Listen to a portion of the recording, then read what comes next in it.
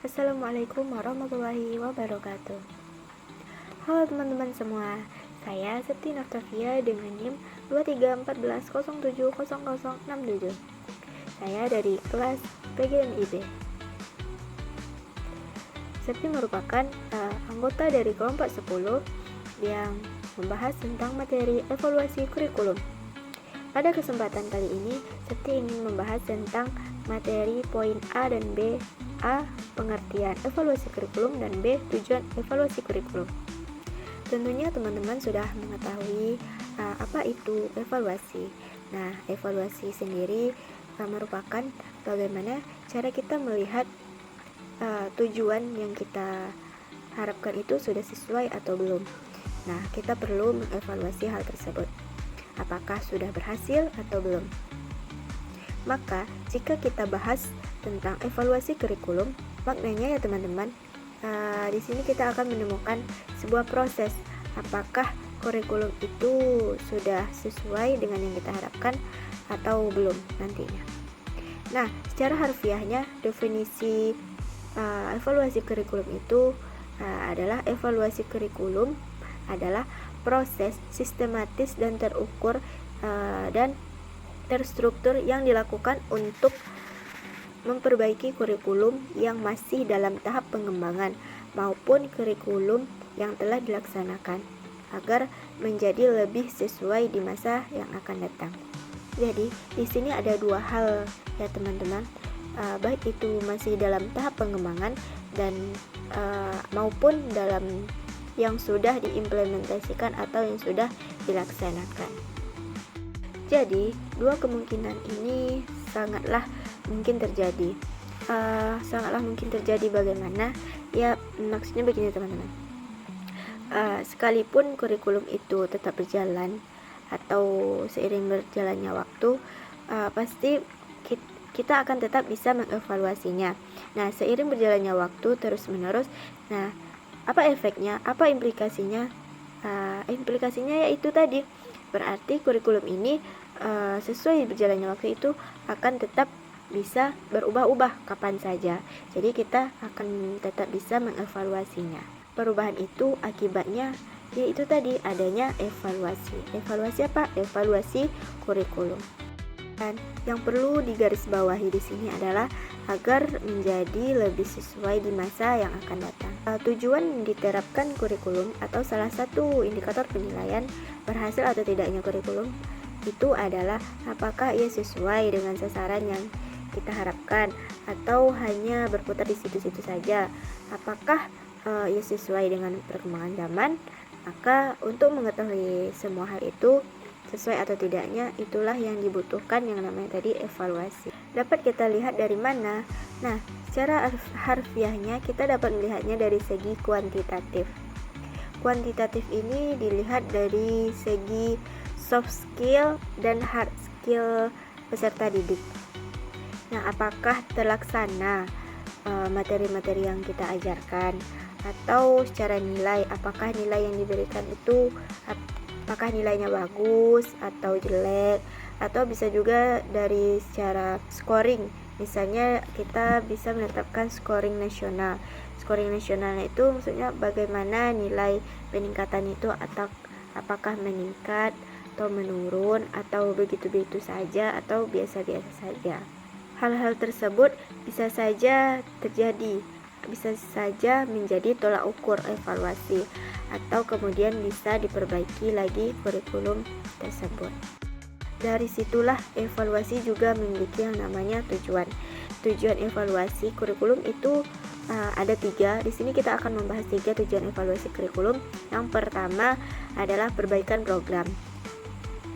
Maksudnya di sini adalah perbaikan program yang peranan evaluasinya itu bersifat konstruktif, di mana hasil evaluasi yang dilakukan kemudian dijadikan input baik dari perbaikan itu sendiri, atau dari segi pengertian yang murahnya teman-teman, yaitu hasil evaluasi kurikulum nantinya diinput pada pengembangan kurikulum tersebut yang nantinya fabrikasi pada perbaikan program atau perbaikan kurikulum.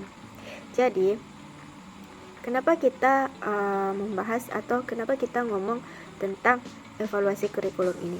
Ya, itu tadi teman-teman tujuannya, agar kita dapat melihat atau untuk melihat apakah ada yang masih perlu diperbaiki atau tidak.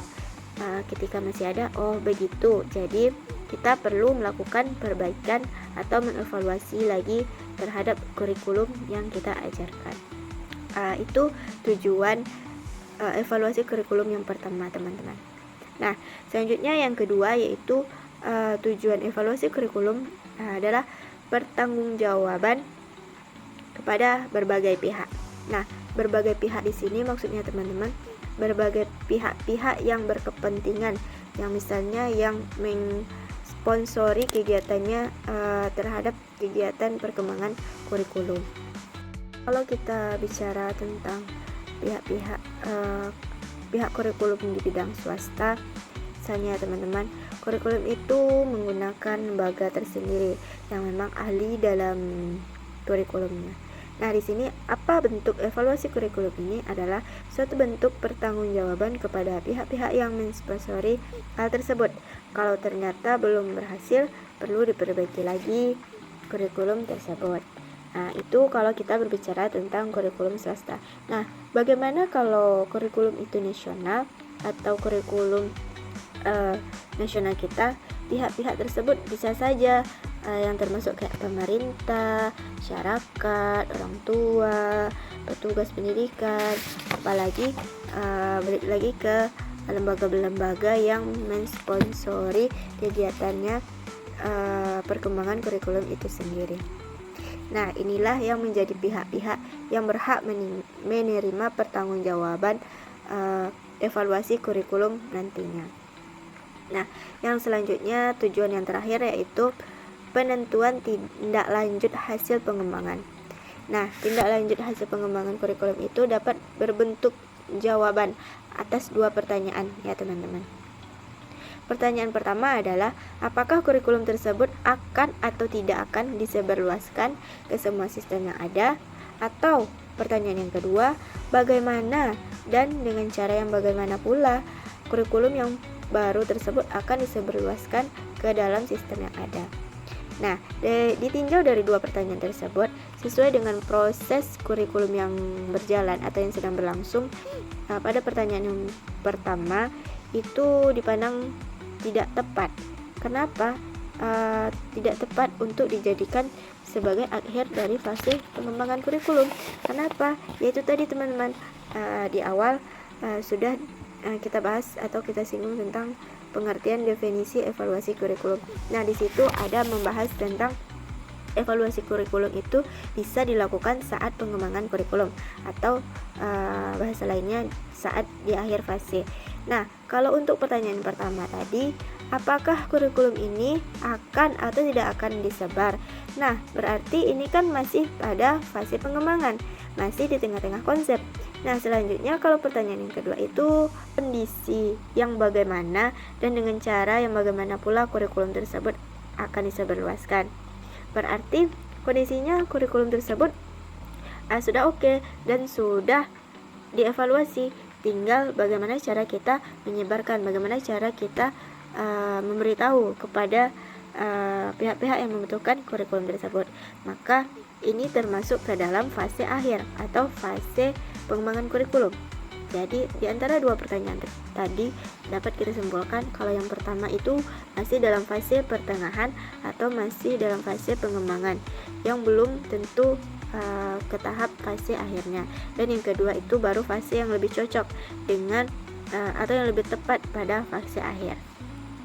Jadi teman-teman, tujuan evaluasi yang ketiga ini adalah untuk menentukan tindak lanjut hasil pengembangan, apakah diteruskan atau tidak, atau apakah masuk ke dalam sistem atau tidak. Seperti itu teman-teman. Nah, itulah teman-teman pembahasan yang dapat saya jelaskan pada hari ini, yaitu tadi tentang yang pertama pengertian evaluasi kurikulum dan yang kedua tujuan evaluasi kurikulum. Demikian, mohon maaf jika ada salah dalam penyampaian saya tadi. Atas perhatiannya saya ucapkan terima kasih. Saya akhiri. Assalamualaikum warahmatullahi wabarakatuh.